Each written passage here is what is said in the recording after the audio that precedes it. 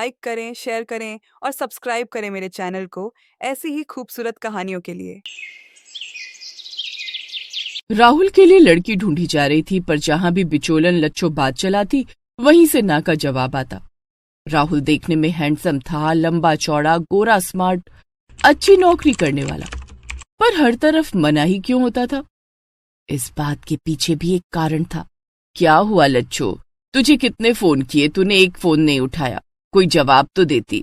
अरे भाभी, क्या जवाब देती, तुम्हें तो पता है जैसे मैं प्रीति के बारे में बात करती हूँ सब रिश्ते के लिए ना बोल देते हैं। कहते हैं तलाकशुदा बहन घर पर बैठी है, इसलिए हम उस घर में अपनी बेटी नहीं देंगे जहाँ ये सब होगा। अरे तो उसमें राहुल की क्या गलती है? वो तो प्रीति की किस्मत में लड़का सही नहीं लिखा था।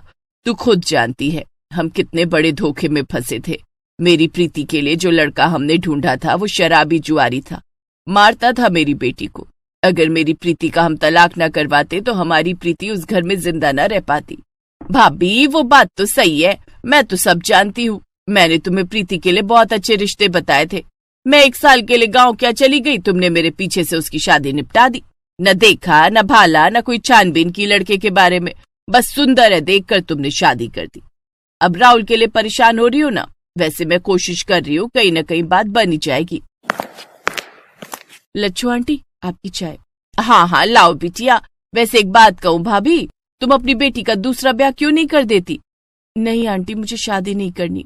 कोई बात नहीं, अगर नहीं करनी तो मैंने तो बस बात रखी है। चिंता मत करो भाभी, मैं और रिश्ते देख लूंगी राहुल के लिए, कोई तो मानेगा ही। प्रीति बहुत ही अच्छे स्वभाव की भोली भाली लड़की थी। उसके चेहरे पर हमेशा एक प्यारी सी मुस्कान रहती थी। घर में उसकी हंसी गूंजती रहती थी, पर शादी के बाद उसकी पूरी लाइफ बदल गई। अच्छा पति नहीं मिला, ससुराल वाले लालची मिले और शादी के 3 महीने बाद ही प्रीति का तलाक हो गया। इस वजह से प्रीति का अब शादी से विश्वास उठ गया था। वो दूसरी शादी नहीं करना चाहती थी, पर प्रीति का मन था कि उसके भाई की शादी हो जाए, इसलिए उसने एक फैसला लिया। प्रीति, तू बैग पैक करके अचानक कहाँ जा रही है? वो मैं सोच रही थी कि किराए का घर लेकर वहां रह लूं। दूसरे शहर में रहूंगी तो मेरा साया इस घर से दूर रहेगा। कम से कम मेरे भाई की शादी तो हो जाएगी। माँ, तुम लच्छो आंटी को कह दो तुमने मेरे से रिश्ते नाते तोड़ लिए हैं। लड़के वालों से मेरा जिक्र ना करे। मेरा भाई बहुत अच्छा है, उसके लिए अच्छी लड़की मिल जाए, मैं यही चाहती हूँ। ना मैं यहाँ रहूंगी और ना ही मेरे भाई की शादी में कोई अड़चन आएगी। कैसी बेवकूफों सी बातें कर रही है प्रीति। भले ही तू मेरे से उम्र में साल भर बड़ी है, पर इस समय तू बच्चों सी बातें कर रही है। चुपचाप बैग रख। माँ, इससे समझाओ, देखो कैसी बातें कर रही है। प्रीति, क्या हो गया बेटी, क्यों ऐसा कर रही है? दुनिया जो कहती है कहने दे। तू मेरी बेटी है, राहुल की बहन है। क्या तू रिश्ते नाते तोड़ देगी? आज तेरे पापा जिंदा होते तो क्या तुझे ऐसा करते देख उन्हें दुख नहीं होता?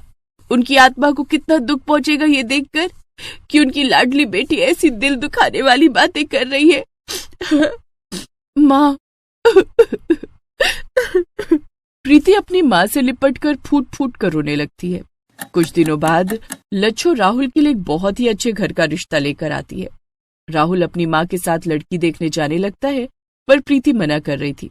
भैया, आप और माँ चले जाओ ना, कहीं मैं गई और बात खराब हो गई तो अच्छा नहीं लगेगा। अरे मैंने बोल दिया ना कि तू मेरे साथ लड़की देखने चलेगी। अगर मेरे नसीब में होगा तो मेरी शादी हो जाएगी, पर मैं अपनी बहन को दुखी नहीं देख सकता। चल अब जल्दी से तैयार हो जा। प्रीति, चल तैयार हो जा। हम लड़की वालों से कुछ नहीं छुपाएंगे, जो सच है वही बात हम करेंगे। प्रीति जाने के लिए मान जाती है। वो लोग लड़की देखने पहुंचते हैं। देखिए बहन जी, हमें ये बात बहुत अच्छी लगी कि आपने हमें सब कुछ सच सच बताया। हमें इस रिश्ते से कोई एतराज नहीं है, हमें राहुल पसंद है। एक बार प्रिया से भी पूछ लेते। प्रिया, राहुल से कुछ बात करनी है तो कर लो। हाँ, क्यों नहीं, दोनों का आपस में बात करना बहुत जरूरी है। राहुल और प्रिया आपस में बात करने के लिए एकांत में चले जाते हैं। प्रीति उन सब के साथ ही बैठी थी। प्रिया, मेरी बहन प्रीति के बारे में तो तुम्हें पता ही है ना। तुम्हें इस शादी से कोई ऐतराज तो नहीं है ना? नहीं राहुल जी, मुझे शादी से कोई ऐतराज नहीं है। मुझे आप पसंद हो और प्रीति दीदी मेरी अपनी बहन की तरह है। अगर उनके साथ ये सब हुआ है तो अगर मेरी बहन होती और उसके साथ ये सब होता तो मेरी शादी में भी तो अड़चन आ सकती थी ना। ये सब सुख दुख तो लाइफ का पार्ट है, किसी के साथ भी कुछ भी हो सकता है। मैं शादी के लिए तैयार हूँ।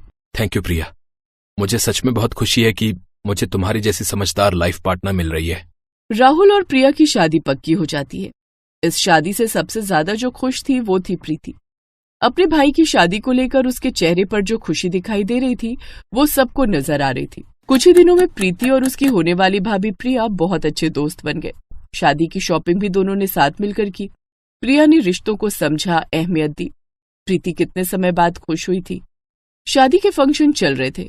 अचानक प्रिया का एक बेस्ट फ्रेंड जिसका नाम अमन था, उसकी शादी में आते ही सब कुछ बदल गया।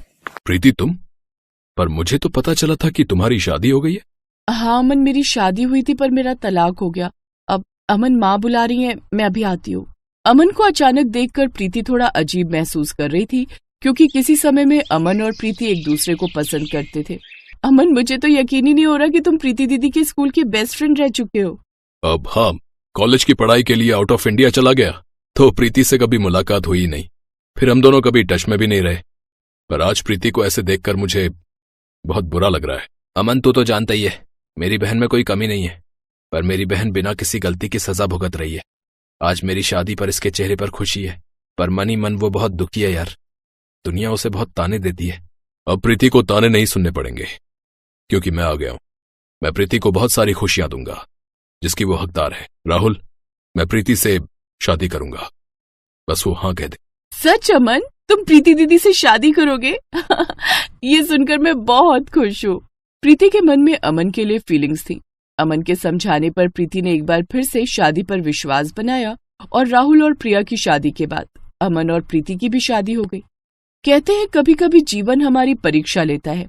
लाइफ की किताब के कुछ पन्नों में खुशियां होती हैं तो कुछ पन्ने गम के भी लिखे जाते हैं। तभी तो कहते हैं कि कहानी को हमेशा अंत तक पढ़ना चाहिए क्योंकि कहानी का अंत आखिर में ही होता है। लाइक करें, शेयर करें और सब्सक्राइब करें मेरे चैनल को ऐसी ही खूबसूरत कहानियों के लिए।